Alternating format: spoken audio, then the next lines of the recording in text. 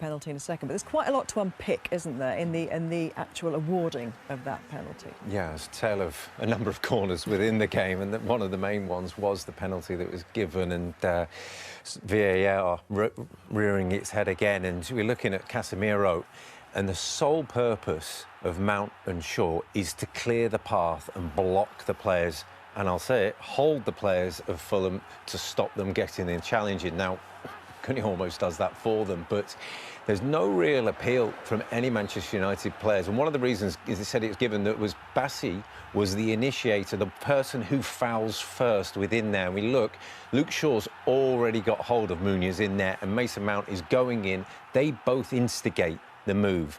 If they didn't instigate the move, those two players would be happy to go and make the header and clear the ball.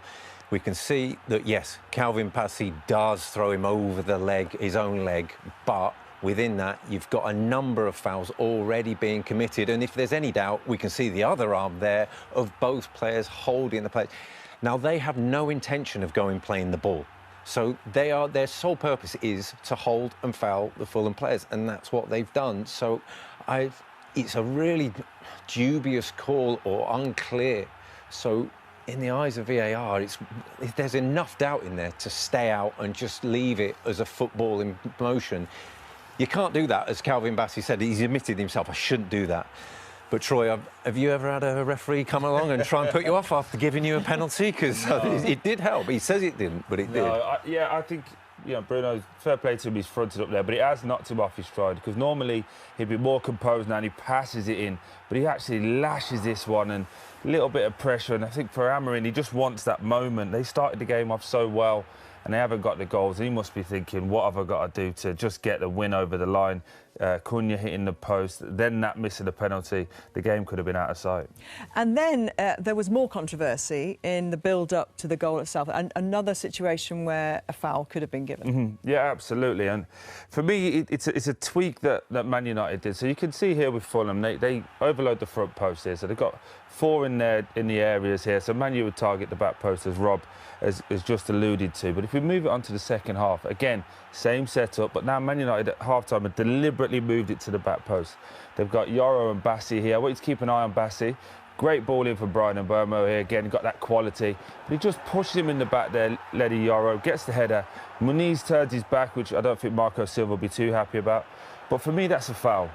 When you push the defender in the back, and it's more, not, could he be stronger? Yes, absolutely. Would I want my centre-back to be stronger? Of course I would.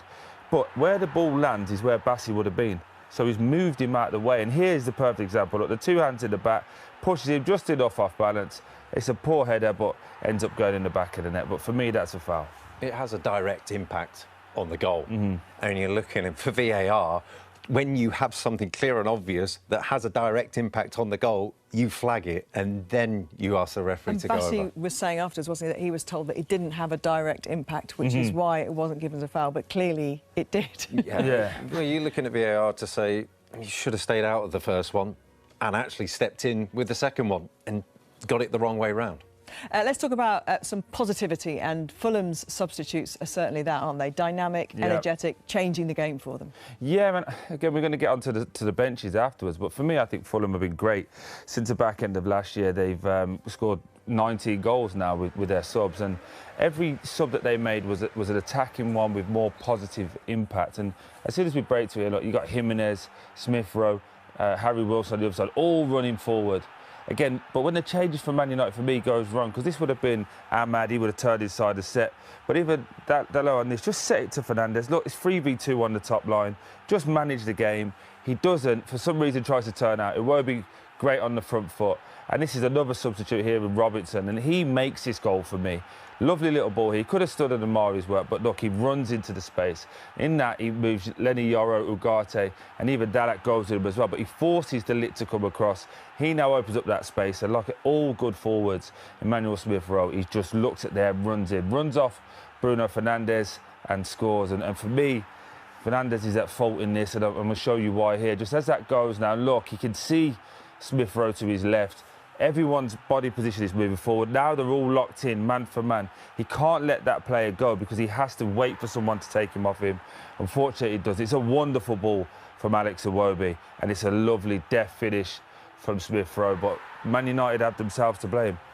You mentioned about how successful they've been in terms of the effect and the impact of their subs. 19 now they're on. You said 17 over last season from their subs goals, and obviously goals often mean points, and for them, you know, crucial, valuable points. They got one. Same thing happened to them last week as well. I guess that points to Marco Silva having to then really kind of balance his squad out, doesn't it? Because Smith Rowe will want to start, but what an impact he's made for him today. Yeah, and you look at a couple of years ago, it was a Fulham side that couldn't change the course of a game. They really were stuck in setting a gear and couldn't really have an impact. But now you looked at how they played, and it was brilliantly highlighted of the runners beyond, the runners from midfield. And Marco Silva highlighted that before the game and after the game, saying they've got the 3 or the 5 at the back, whichever way you want to put it. So we need those extra runners.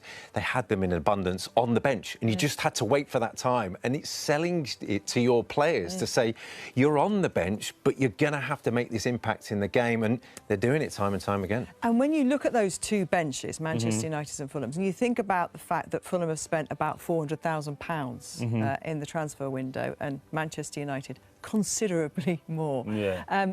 Those benches for you, Troy, are actually unbalanced the way you wouldn't think. Yes, I think for me, when you look at it, Šeško is the only one who's a natural attacking, positive option.